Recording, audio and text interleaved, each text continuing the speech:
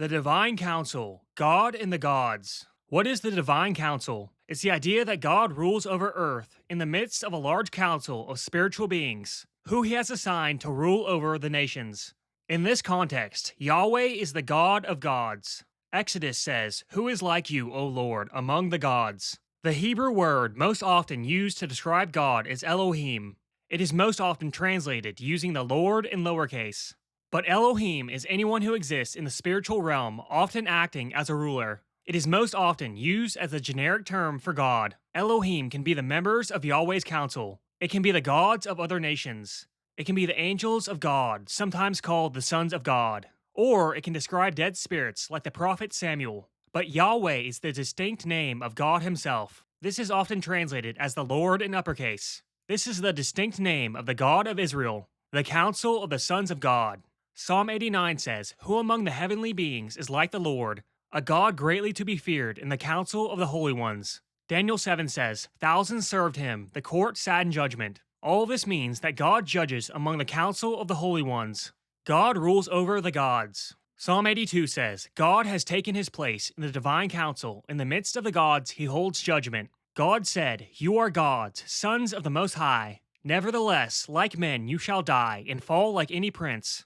God judges the evil sons of gods who ruled incorrectly. They will now die like men. God himself will rule the nations instead of them. The sons of God rule over the nations. Deuteronomy 32 says, "When the Most High gave the nations their inheritance, when he divided mankind, he fixed the borders of the peoples according to the number of the sons of God. But for Jacob, the Lord alone guided him. No foreign god was with him." This means that God assigned the sons of gods to the nations after the Tower of Babel. Foreigners lived under foreign gods.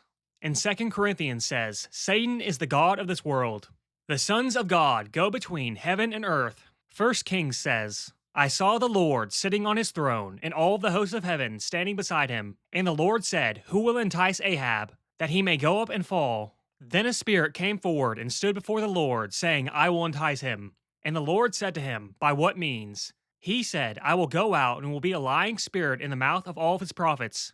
And he said, 'You are to entice him, and you shall succeed. Go out and do so.' A spirit influences Ahab, who was the king of Israel, and entices all of his false prophets with lying words. Demons are the Nephilim of the flood. According to Genesis 6, the Nephilim were giants. They existed because angels had children with women. These giants exist all throughout the Old Testament. These dead giants now exist as spirits.